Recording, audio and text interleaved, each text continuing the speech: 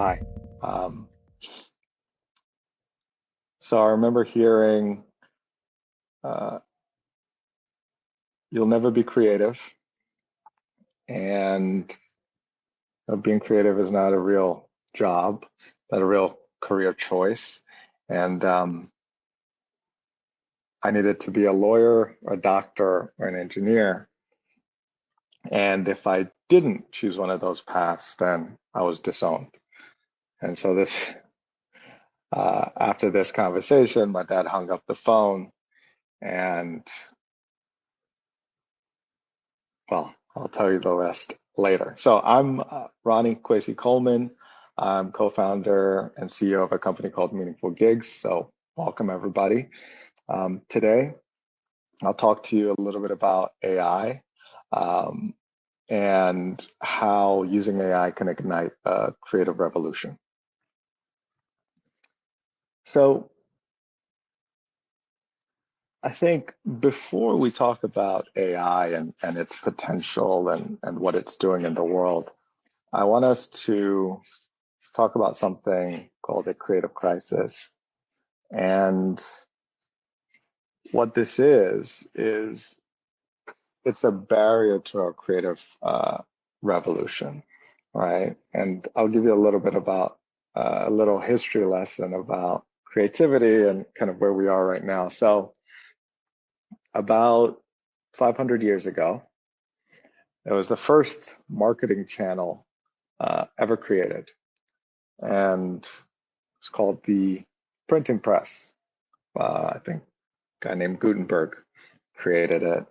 And before then, all knowledge, all books was held by priests, high priests, and priestesses, and people weren't even allowed to read. And then this amazing technological advancement came in with the printing press, and now, for the first time in history, creativity could be spread throughout the world at scale, right? And it changed every industry. So that was like the first, say, marketing or design channel that ever existed. And then secondly, uh, maybe 100 years later, we had the, uh, I don't know, flyers and billboards that were created. And that was probably your second channel. This is like in the 1700s. And then around the 1900s, we had TV, and then radio, right? So I think radio came in the early 1900s, TV was 1950, or at least when they were popularized. And then around 1980, uh, the the world saw user interfaces develop, right? So we had the Macintosh and a GUI, and that was the first time that we had that channel. So for about 500 years, we had five uh, main creative channels. And then in the 1990s, something happened that changed the world, right? I'm usually in a more interactive scenarios. I usually ask people, so I'm sure you can answer this for yourself. But what happened in the 90s that changed the world? Think about it for a second.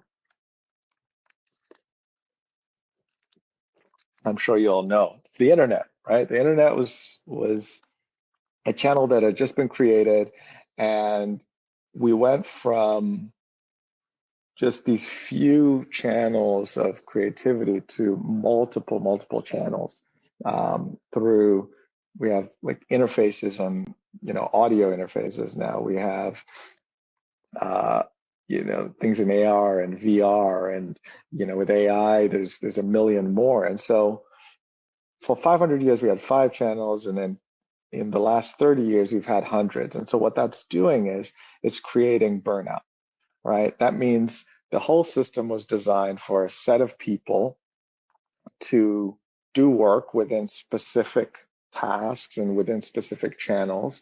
And then the internet comes around, everything's blown up. The education system hasn't caught up yet, right? But then all these companies who are also designed from some of the 1800s are asking creatives and designers and folks in these companies to do more with less every time. And that's causing burnout. And that's what I call the creative crisis. And it's because of all these channels.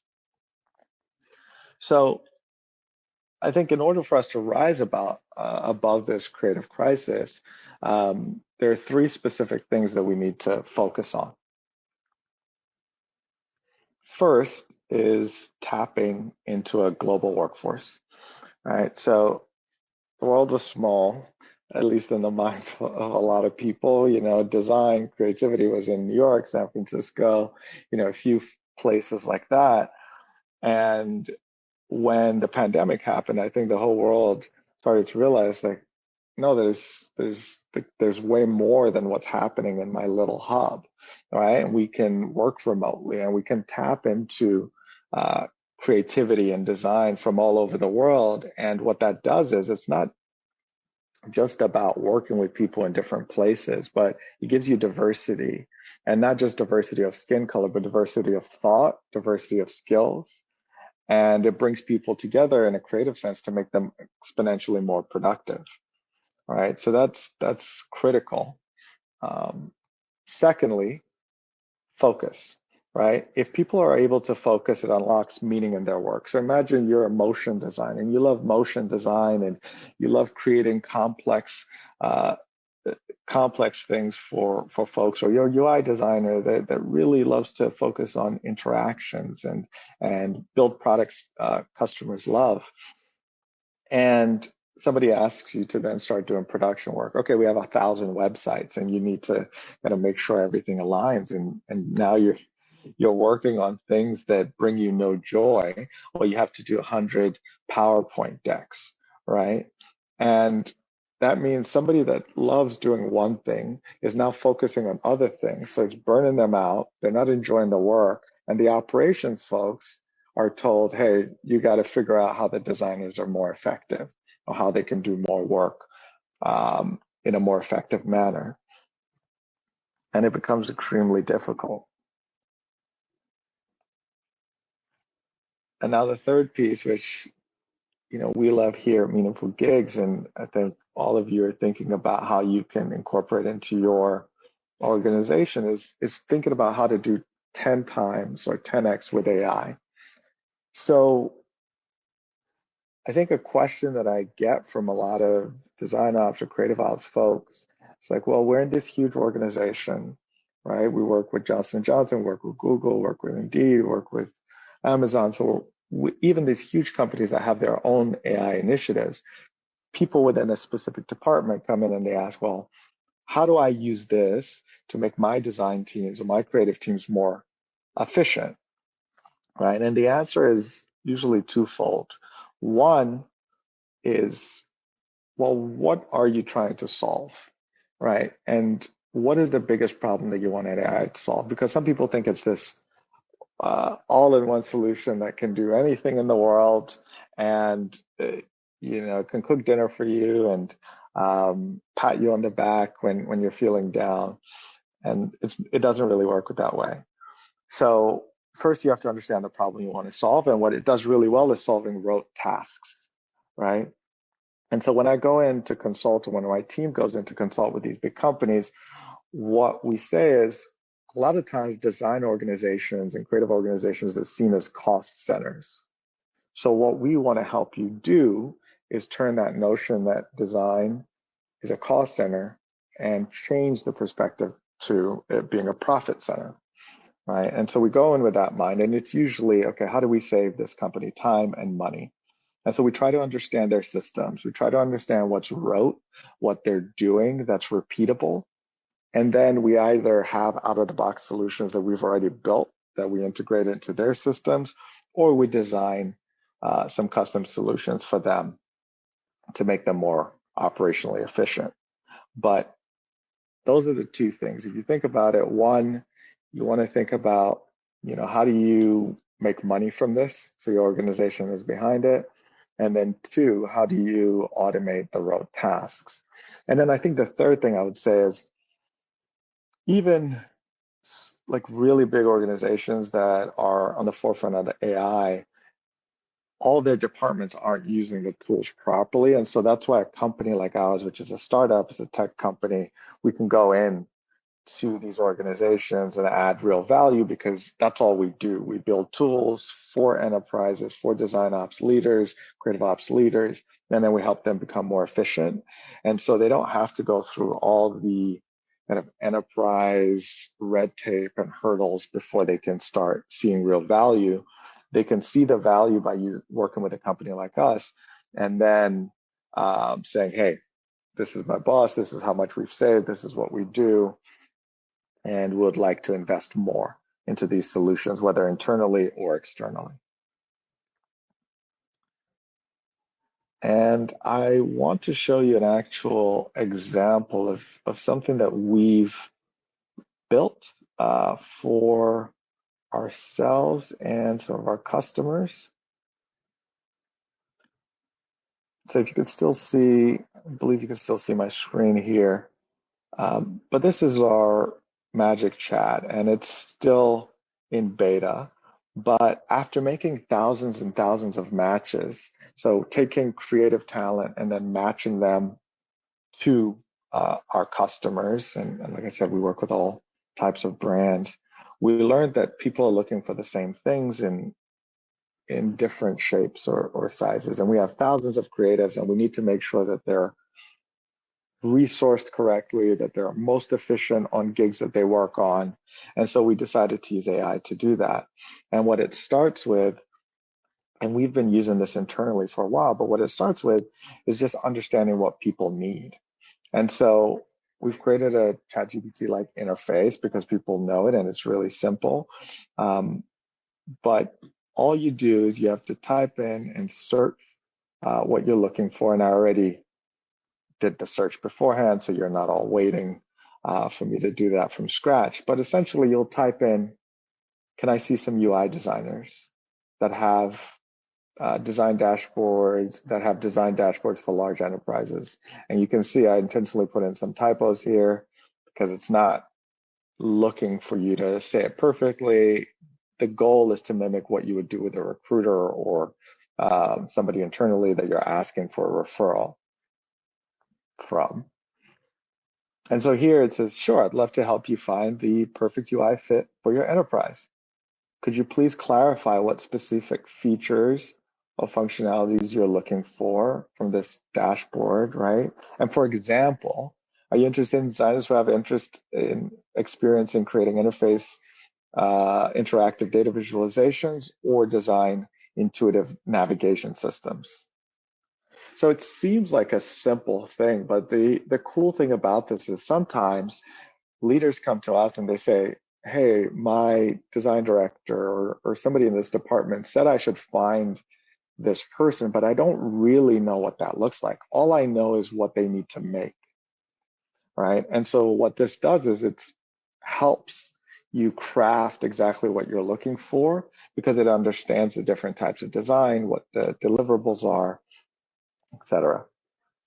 And so then you could just say, hey, good question. I'm not sure yet, right? You're still figuring it out yourself. You're like, show me both.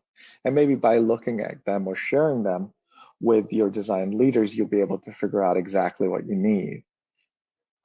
And so you get a few options here. And then you can see it says Jide would be a great match for this UI design role. He has experience as a product designer at Sync.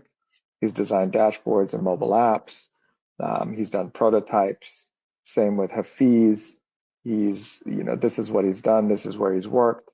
And then if you click on their profiles, you're able to see the work, number of years of experience, skills, even testimonials. So Barris at Philip Morris International, it's a huge multinational corporation, gave him a good review. So he's worked with big companies and he's created these dashboards, right? And you can see his workflow. And if you want to schedule a call, you can schedule a call or add him to a list. But the main idea there is things that would take folks, I don't know, months potentially. I mean, it's not, at least weeks, right? You call somebody, you wait, you try to figure out who's a good match. They come back, they send you some folks, and and then you have to schedule interviews. That's so much time and resources and energy that you could spend doing other things that AI and automation can help solve really quickly. And these are tools that we can integrate into your own systems. It doesn't have to be just with the Meaningful Gigs talent. So that's a little taste of what we have there. And then I'll go back to presentation. So ultimately, if we're thinking about the creative revolution, right, there are three takeaways that I want you to leave with. One is AI itself isn't going to solve all the problems. We need humans, and tapping into a global diverse workforce is critical. Secondly, you want your top creatives, people that you've hired that really know your brand, to work on strategic things that add the most value in your company, and let either folks that you've hired externally or AI do all the repeatable tasks. And AI is a once in a generational technology. I think since the Gutenberg press, we haven't had anything as revolutionary. I feel like it's more revolutionary than the internet, just because it touches every industry and can change every industry. So it's not a fad. It's not like crypto. It's something that's actually going to change your industry. And so the more you start learning and devoting your time to figuring this out with partners and internally, the better you can create a more efficient organization. And if we think about where we are as design leaders, it's super exciting. It's a very exciting time because we are about 30 years in to the internet revolution. And then here comes the AI revolution, and we're on the forefront of that. So the things we learn today, the changes we make, will be written in the history books. And so you can have a real impact by changing your organization, by embracing AI, by making those changes. So let's change the world together. Oh, and final thing. So I did end up becoming creative and working on a mission to create 100,000 skilled jobs for other creatives based in Africa. And my dad's relationship with me has never been better. So we're back on track. So just thought I'd share that with you too. Thank you.